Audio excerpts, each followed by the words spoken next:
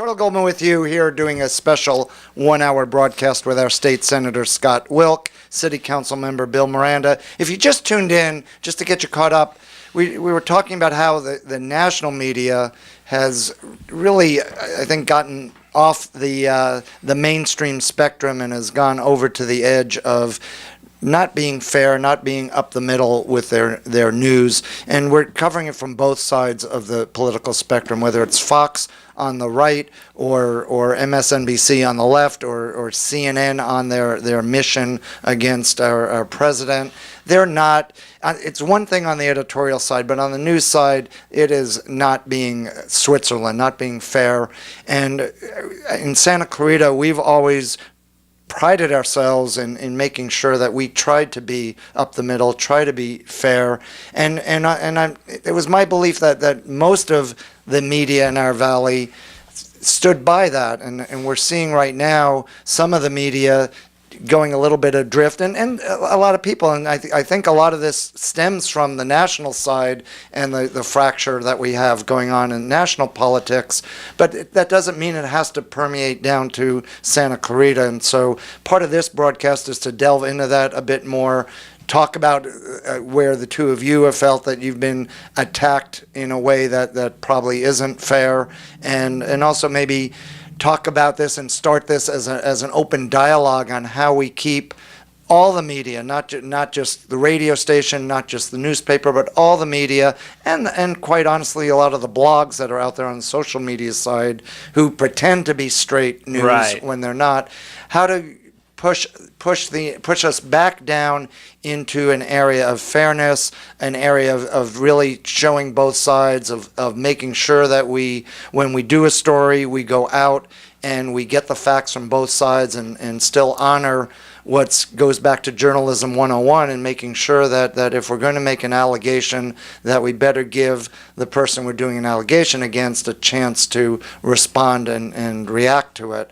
And I want to make sure that as we move forward, maybe this becomes the point that we just put our foot down in the sand and say, okay, no more. We're going to reverse course here, and all of us take a deep breath and move in a better fashion here, being fair. But I want to get back into where we talked about how one of the accusations was you, Senator, and quote manipulating how the city council member got placed. But there also were some other allegations in that. Why don't you address some of those? Well, it talked about that my influence has also been felt in selections of College of the Canyons and Hart District board members. So I'm not sure what they mean by selections. The last selection for College of the Canyons was for my seat when I had to vacate it when I got elected to the assembly. I did support somebody, which was Chris Fall, and they selected Steve Zimmer, who was a great choice as well. And so certainly I had no sway there. And I mean, they had a recent selection here on the Hart board, but again, not involved in that. So I'm not even sure what that is even about. And on your end, with an appointment, I believe was it for planning or for parks? Parks and Recs. Yeah, Parks and Recs. Yeah.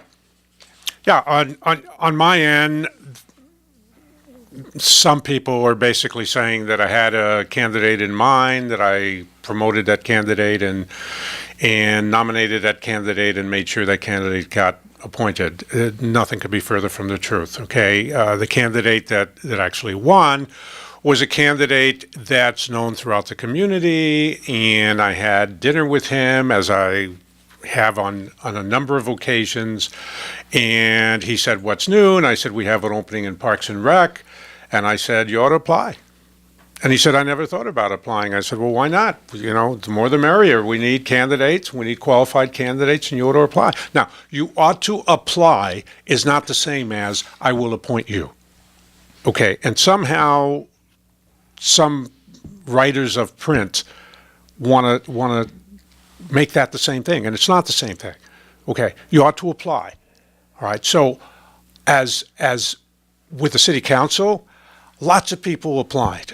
Right, so for this position, for the Parks and Recs Commission, we had 10 candidates.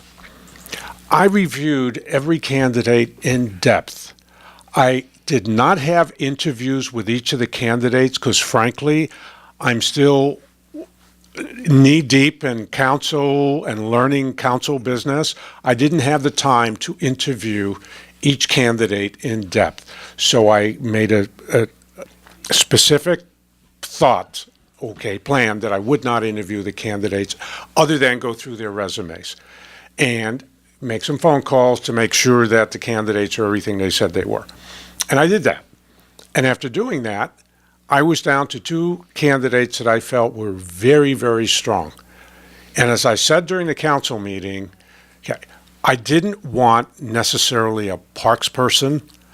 I wanted a community person, someone who could do outreach into the community, because that's what I try to do myself. I try to get straight to the citizenry.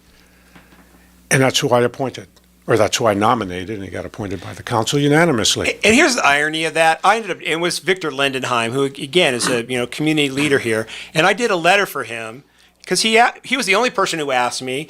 And when he asked me, I go, "Do you really want a letter from me?" I mean, because we're friends, I'm happy to do it, but there might be reverberations based upon the fake news story on January 5th. He goes, "No, you're a respected member of this community. We're friends. I think, it means something, and I'd be honored to have one." So I did one, and then that ended up in the editorial as well. I might add a qualification here.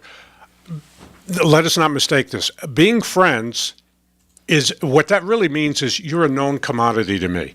It doesn't mean because we're friends, I'm going to do you a favor. Right, it's not cronyism. Okay? Right. It just means you're a known commodity to me. And in this town, I kid around, but we're Mayberry RFD with 300,000 citizens, and everyone knows everything about everybody. Yeah. And particularly in this day of social media, it even goes beyond that.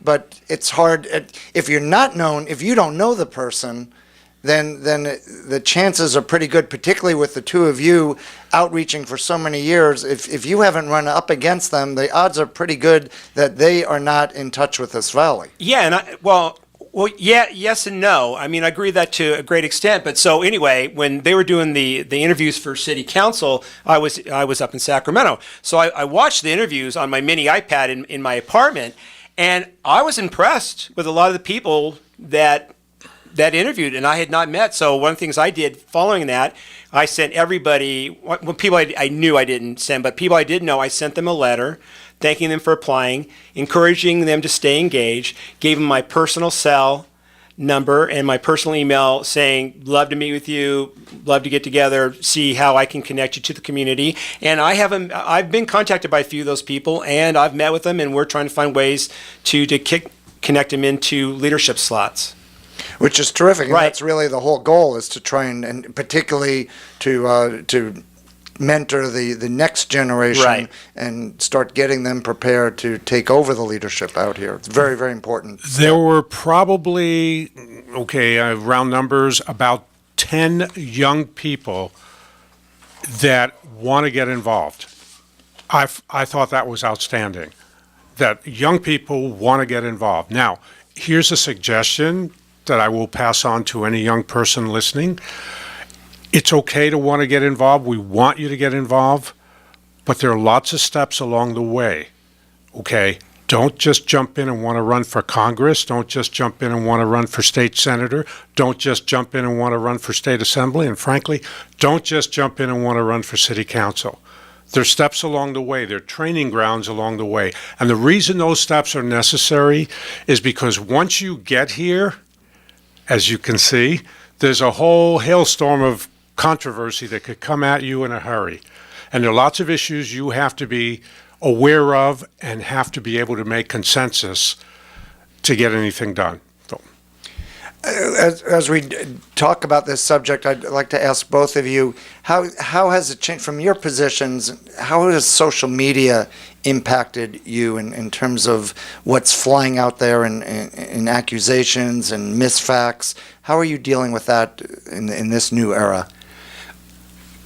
I'm pretty thick-skinned, so for me, it rolls off my back. I don't really care that much. Bothers my family more, and my wife a lot of times will call me and say, "You're going to kill me," because she's done something. Most of the time she's good. Like she'll type something and then she backspaces it. But, it's harmful. Not that I want to relitigate it, but, last year, late in the campaign, there was accusations against, Dante Costa that were not true. And the blogger that released it, he called me, and Vanessa and I both walked him through the whole story, which, again, he could have gone and corroborated, but he didn't want to, because he was for another, he was not for Dante Costa, he's for the other candidate. And even in what he published, he left off germane facts. Germane fact, the person who was leveling the charge was campaign manager for another one of Dante's opponents. So there was no context even in what he released. And then he put out a private email from my wife to this other person, again, out of context, a private email that I don't know how he got. He certainly didn't get it from Vanessa. So, those things, cause a great deal of harm. And I got to be honest with you, people don't want to participate in public life because of the omnipresence of social media with a lack of accountability. But what's troubling to me is that this now kind of bleeding into mainstream media. One of the things I appreciate about this editorial that was released last Saturday, somebody post on Facebook, this reads like a Facebook rant, and it seems like it's missing a lot of facts. So I really appreciated that comment. Yeah, it could have been one of our April Fool's stories instead. Bill, do you want to comment about social media? Well, I'm active on social media. I don't do Twitter very much, but Facebook is kind of my thing, and I'm on it a lot. And every time a negative comment is posted about me before I can respond, some of my friends and associates respond. And so I stay out of it. All right? I'm defended because they know me. They know my ethics. They know my my convictions. I'm not shallow in what I do. I'm open. My convictions are deep. And so I don't worry about it. I may not be as thick-skinned as Scott. Some things some things do bother me, but I've learned to toughen up a little bit. Go back to my New York upbringing and my military upbringing, and just say, okay, this is a new game. So when I say negative, I'm talking about like personal attacks. Like on my Facebook page, if people then take issue what I do and stuff, I don't have a problem with that, and I try to engage. In fact, I used to do it in the Assembly. I haven't done it in the Senate yet. I don't have my rhythm set, but I used to carve out 2 hours every month where I would call people who either send in a negative email or a negative letter to talk to them. That's cool. Oh, they laugh. Cool. Particularly email, because so impersonal, right. And you would do things in email that you'd never ever do. So that's actually a lot of fun. But when Patsy Ayala, who's on my staff, first came on my government Facebook page, somebody put on there I was fat, and she deleted it. I go, you got to leave. I am a little overweight. I don't know if I'm fat, but I'm overweight. But you got to leave that. I'm a big boy, and that's okay. And that's so I'm all for civic engagement. I like to have civic engagement based on fact, not fiction. Right, and it's funny because we do the same thing. If someone writes something negative about the radio station or something we've done or a story we've written, Jerry or I will be the first to pick up the phone and call them and talk it through and understand their point of view. In fact, my wife Jerry and I were having, from the radio station standpoint with social media, I'll answer my own question here. Our biggest challenge is getting the correct information out quickly, because nowadays it's already out there and we're dealing in instant time and having to get the information out there.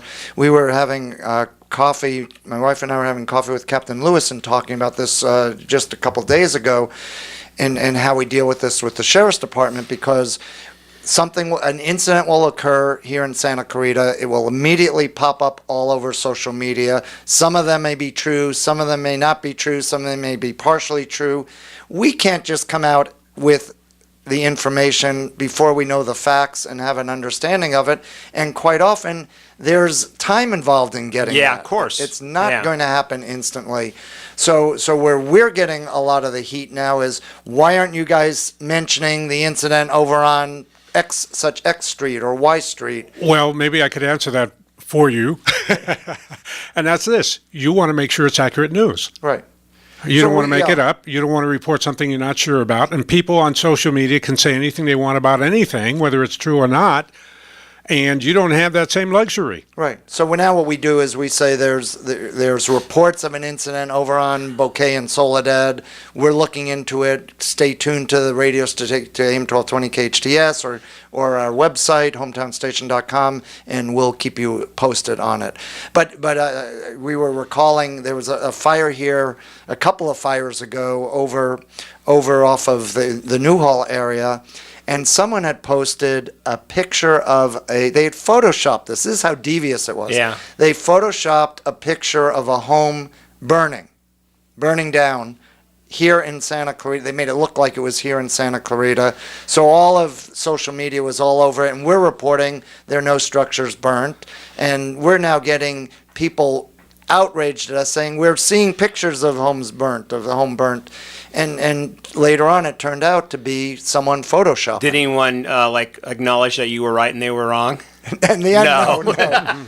No, but it was a good learning lesson for all of us. In fact, we worked with the fire department afterwards and the sheriffs and said, here's a classic example of where all of us can get caught into some challenges that we never imagined before. And it was one thing with the fire, but if we're back into another earthquake here or the fires like we had back in '07 where things were moving so quickly you couldn't even keep up with the facts, it's going to be really, really challenging. We need to stop and address all of this now. Yeah. Carl, I will say, because you mentioned the earthquake, if not before the earthquake, certainly during and after the earthquake, your station has been outstanding in providing important information and, yes, news to the Santa Clarita Valley.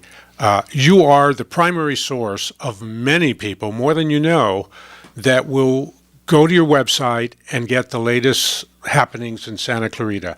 And they feel comfortable, we feel comfortable, that we're getting accurate news from your station. I can't say the same thing about Well, yeah, because others. they live here, they care about our community, and they're on the front lines. So whether, in fact, there's many times when you call me up, hey, you need to know about this, which is great. And then I know we did it. Well, you weren't there, but Jerry But was you there. did We the did a tour after the floods and all the damage, and so that was very informational. Well, all the main media here in town have some great people on board who are very involved in the community and know this town and know what's accurate and what isn't, or know how to find out whether, more importantly, to know how to find out whether it's accurate or not accurate.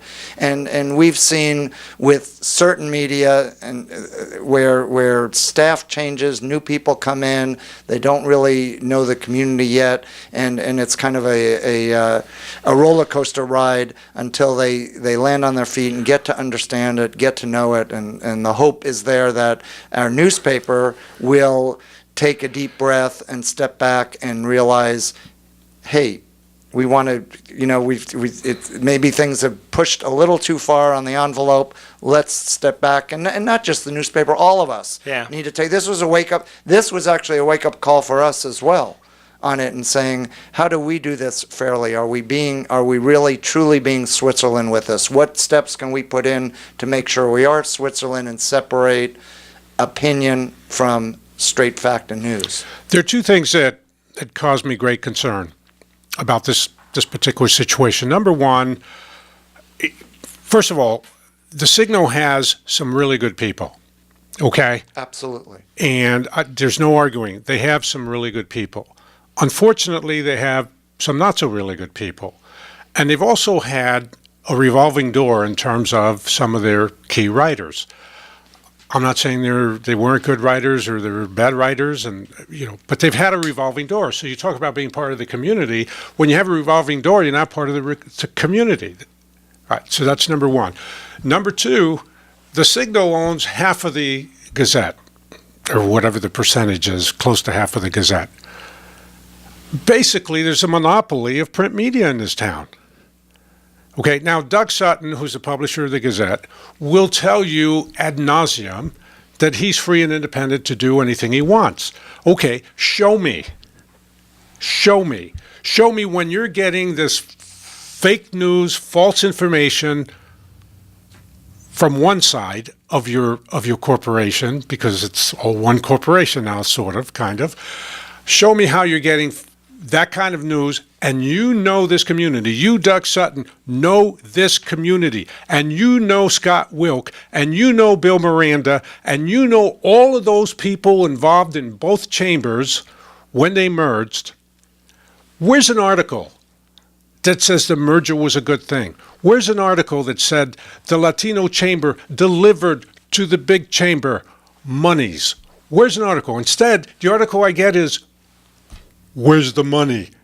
Okay, like there was some fantastic sum of money, and you know where they're getting that from? From their newly hired advisors, okay, who have a bent, all right? They have a bent against him, and they have a bent against me. All right. And so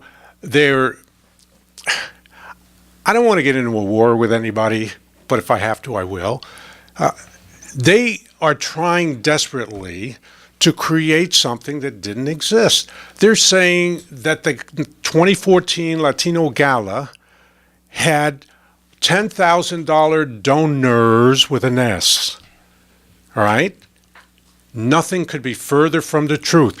I have all the proof. Okay? We have all the numbers. All we ask is, if you really want to print something like that, do your homework. And come Okay? take a look at it. Right. It really, this whole thing boils down to, and I really believe we just need to take a deep breath here and step back and use this incident as a turning point for all of us, not just the newspaper, but for everybody to really reflect on how we're treating the news. But so I saw a model during Steve Knight's congressional campaign. I think it's happening here now as well. So during his campaign, because it was targeted race, I was watching it. So you'd have partisan bloggers blogging things that weren't true, and then it got picked up by a little bit more legitimate bloggers. Then it got picked up. Eventually, got picked up by the L.A. Times, and you run this continuum, and they do that. They do that on purpose. So what I'm seeing now is they run the story originally in the Santa Clarita Gazette, which you would probably hold to a lower standard, right? Just because of its format, and it's there, but now it's been published. So then it gets goes mainstream after that, and I think it's tactics that the left has used, and now we're seeing it used in allegedly mainstream media right here in our hometown, and that's troubling to me. So all the things we saw about the chamber that wasn't true, you're going to find in the mainstream media coming up in the next couple of weeks. My prediction. And unless we all pull back and take a breath. And pull back, take a breath, and do some self-reflection. AM 1220 KHTS, we're going to take a short break, be back to wrap things up here on your hometown station. Yes, just a few minutes left. Want to urge all of you to join us tomorrow, 10 a.m., Central Park. You guys will be there, right? We will absolutely Home and be Garden, there. KHTS 8th Annual Home and Garden Show. We have almost 500 vendors there, something for everybody. Tents are being set up right now. That's why I look like I do at the moment. I just rushed out from Central Park as we're getting it set up. But it's an incredible event and has grown. And we've got something, as I said, something for everyone there. Home and Garden, Emergency Expo. And when you say something for everybody, last year I had like 5 bags full of stuff, good stuff that I brought home. Oh my goodness. Yeah, and every vendor is giving you something. It's all free of charge. However, if any of our wives go, knowing both my wife and your two, free is not going to, you're not going to leave there free of charge, because there's a lot of great stuff to buy there. Yeah, your wife too, I know, yes. Just to wrap things up, and for those who just tuned in, we're talking about pushing the bar back right now in terms of how the media covers stories, covers even editorials. At least if you're going to do an editorial and have an opinion, get the facts with that opinion. And you know, we do that. We certainly have our stance when it comes to editorials here at the station, but we get the facts and we open the door up. If we're going to accuse somebody of something, we're going to be the first to make sure before we put anything out on the air or go to print on our website, we're going to at least get a statement from that person and put it out there. And that's journalism 101. And so we're calling all of the media out there to take a step back and go back to what we all stand for, and let's make journalism great again, because right now we're down lower than, if you did a poll of the polls I see nationally, we're lower than the politicians, than you guys. State legislature just broke 50. We're at 53%. Of Yes, people that like you. Yeah, it's like the highest since the early 70s. Yeah, and we are much lower than that. Can I get one of those hats? Make journalism great again? Make journalism great again. Hey, Carl, we both want to thank you for having this opportunity to come on. I know when I read it, and I talked to Bill later when he read it, there was just so much wrong. There's really no way to respond in that kind of format, and we wanted to have a public platform where we could get our side of the story out. Now people, if they can go out and corroborate it on their own or disprove it on their own, and that's all we're asking. Take a look at the facts, make your own judgment. And I'd like to make one statement too. We did invite the Signal and the publisher of the Signal to be part of this, with the assurance I was going to be a chance to exchange views and not be an unbalanced thing. And they respectfully declined to be here, but the door was open to have this be a three-way discussion or a four-way discussion with all of us. And that's what civic engagement's all about. Right, exactly. And that's what I was going to say also, that you did invite the other party to be here, and they respectfully declined, so they had an opportunity. But they left the door open. They said they will Let's be do it open anytime. to future things. So the door is open. If you'd like to come back here and be part of the discussion, we would love to have you. Anytime, and I want to thank you, as Scott did, not only for giving us this opportunity, but for being such a stellar part of our community. You guys are outstanding. We love you, and keep up the good work. Thank you. We have a couple minutes, so I just want to address one thing. We're talking about the print media, and I know, Bill, you are certainly well vested in the print media when you're not running as not working as a city councilman.